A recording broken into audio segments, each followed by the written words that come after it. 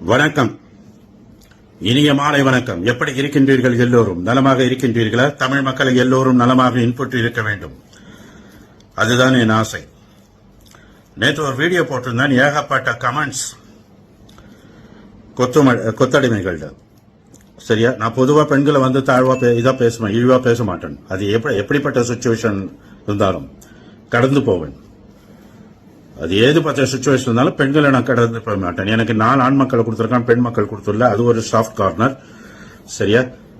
இன்னொன்று, பெண்களை தப்பா பேசுறது தேவையில்லாத விஷயம். அதனால நான் அந்த என் வீடியோ எடுத்து போட்டு தேவையில்லாத மாதிரி பேசுற பெண்மணிக்கு சரியா பேசவும் இஷ்டம் இல்லை, பதில் கொடுக்கவும் இஷ்டம் இல்லை. நான் பேசுறதுல என்ன தப்பு?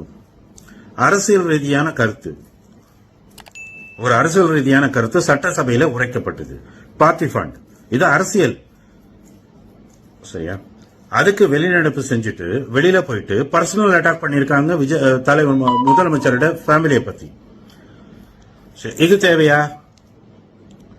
இது தேவையா? நீங்க பர்சனல் விஷயத்தை பேசுறதுனால தான் நான் பர்சனல் விஷயமா பேச வேண்டி வந்தது. நீங்க அரசியல் ரீதியா நீங்க கருத்து சொல்லியிருந்தீங்கன்னா நாங்களும் அரசியல் ரீதியா கருத்தை சொல்லியிருப்போம். பார்ட்டி ஃபண்ட் தான் பேர் வந்து நீங்க சட்டசபையில இருந்து வெளியில வந்துட்டீங்க. அதுக்கும் என்ன சொல்றீங்க? நாங்க வந்ததுக்கு பிறகு பேசுறாரு, நாங்க இருக்க போக்கல பேசி இருக்கணும்னு சொல்றீங்க. உங்களை யார் ஓடி வந்த சொந்தது? கழுத்து பிடிச்சா வெளியே தள்ளினாங்க. நீங்க தானே ஓடி வந்தீங்க. துண்டை காணும் துணியை காணும்ண்டு நீங்க ஓடி வந்ததுக்கு பிறகு உங்களை என்ன பிடிச்சி வச்சா நாங்க சொல்ல முடியும்? அதுக்கப்புறம் அதுவும் சொல்லுவீங்க, முதல்வர் வந்து எங்களை காலை பிடிச்சி இருக்க வச்சு எங்களை சொன்னார் அப்படின்ட்டு. சரியா?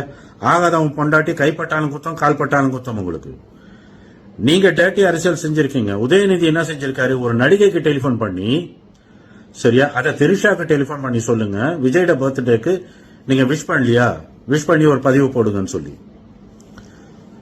அந்த மூதேவியும் தர்த்தர புடிச்சவளும் சரியா அந்த நடிகையோட பேச்சை கேட்டுட்டு சரியா அவட இன்ஸ்டா பக்கத்துல ஒரு பதிவை போட்டுட்டான், ஒரு பழைய போட்டோ வச்சு. அது அரசியல் விமர்சனம். இந்த பக்கம் சாட்டை துரைமுருகன் 445க்கு பிறந்தவன், ஏதோ ஒரு வருஷத்துல நடந்த ஒரு ஸ்கூல் ஃபங்க்ஷன் எடுத்து வச்சு சரியா முதல்வருட ஸ்கூல்ல வந்து முதல்வருட பாட்டு ஓடுது. அவன் ஒரு விமர்சனம். இதை நாங்க கேட்க போனோம்னு சொன்னா நாங்க குற்றவாளி.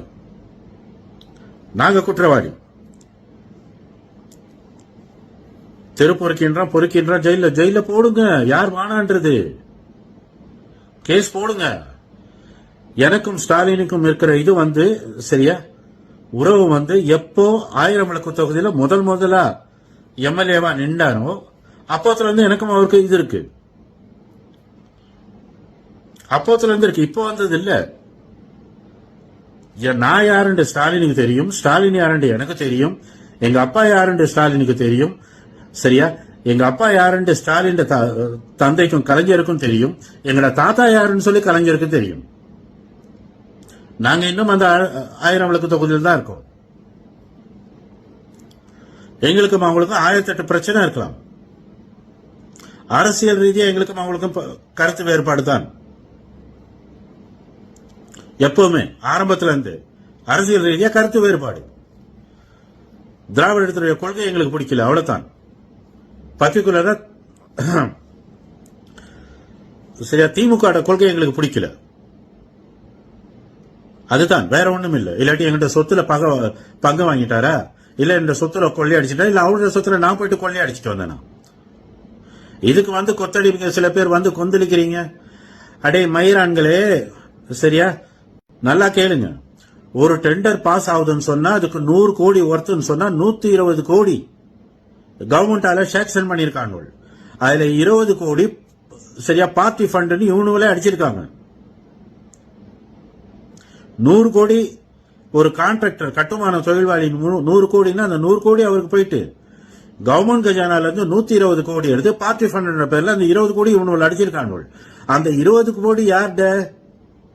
நாசமா போன என்ட காசும் உங்களோட காசும். சரியா? எனக்கு வந்து கமெண்ட் பண்றவங்கள்ட்ட காசும் டாக்ஸ் அது. நாம தியேட்டர்ல போய் படம் பாக்குறோமே அதுக்கும் ஒரு டாக்ஸ் இருக்கு, என்டர்டைன்மெண்ட் டாக்ஸ் சொல்லி.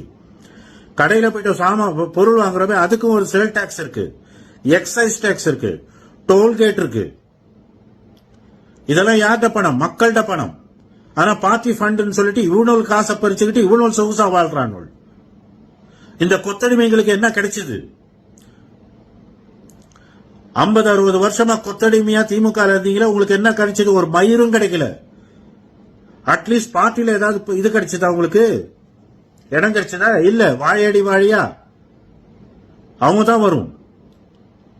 மாவட்டத்தில் புள்ள அடுத்த மாவட்டம், சரி, எம்எல்ஏ புள்ள அடுத்த எம்எல்ஏ, நிர்வாகியிட புள்ள அடுத்த நிர்வாகி, இப்படித்தான் வந்துட்டு இருந்தது. வெளியில இருக்கிறவங்களுக்கு இடத்த கொடுத்தாங்களா? யாரும் சம்பாதிச்சிடக்கூடாது. வாரிசு அரசியல் தான். அதைத்தான் எங்களுக்கும் அவங்களுக்கும் இருக்கிற பிரச்சனை. இந்த வாரிசு அரசியலை விடுங்க, அதுதான் பிரச்சனை. நான் ஏன் சீமான பேசுறேன், வாடா போடான்னு பேசுறேன், சரியா? அவன் ஏதாவது ஒரு மேடையில யாருக்காவது மதிப்பு தரானா?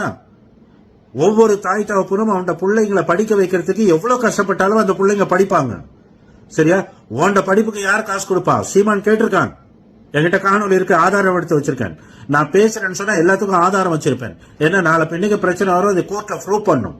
ஏன்னா நாளே ஒரு லாயர், சரியா? ப்ரூவ் பண்ணும். சீமான் கேட்டிருக்கான், உங்க அப்பன் கொடுப்பானா ஆத்தா கொடுப்பானான்னு. எந்த அப்பனும் ஆத்தாலும் அப்பாவும் அம்மாவையும் இவன் அப்பன ஆத்தாவை கூட சொல்றதுக்கு இவனுக்கு என்ன உரிமை இருக்கு? இவனுக்கு என்ன உரிமை இருக்கு? இவங்கிட்ட போயிட்டு கையெழுந்து தமிழ்நாட்டு மக்கள் நின்றாங்களா என் புள்ள படிப்பு காசு கொடுறான்ட்டு?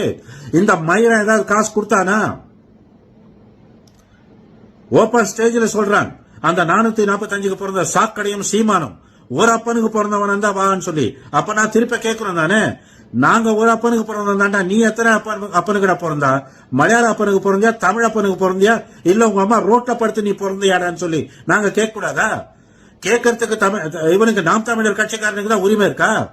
சீமான் என்ற பொறுக்கிக்கு தான் உரிமை இருக்கா? சீமான் என்ற நாய்க்கு தான் உரிமை இருக்கா? யார பார்த்தாலும் வாடா போடான்னு சொல்றதுக்கு சீமான் என்ற நாய்க்கு தான் உரிமை இருக்கா? வேற யாருக்கும் உரிமை இல்லையா? ஓட்டு போடலன்னு சொன்னா அவங்க தப்பு, அவங்கள கேவலமா பேசுவான். மயிரா, நீ ஓட்டு போடுறதுக்கு நீ ஏதாவது ஒழுங்கா செய்டா. நான் பேசுறேன்னா ஏன் பேசுறேன்? பொது மேடையில யாரையும் இது கொடுக்கறது. ஏய் வாடா, ஏய் போடா, இவன் தான் ஹிட்லரா? இந்த மயிரா என்ன அரசியல் கட்சியா நடத்துறான்? அவனுக்கு பேச உரிமை இருக்குன்னு சொல்ல எனக்கு பேச உரிமை இல்லையா? என்ன பேச வச்சது அந்த நாய் சீமான் தான். அந்த நாய் சாக்கடை தான் 445க்கு பிறந்தவன். என்கிட்ட கேள்வி கேட்கறதுக்கு முதல்ல போயிட்டு உங்களோட நொன்னா கிட்ட போய் நொட்டுங்க.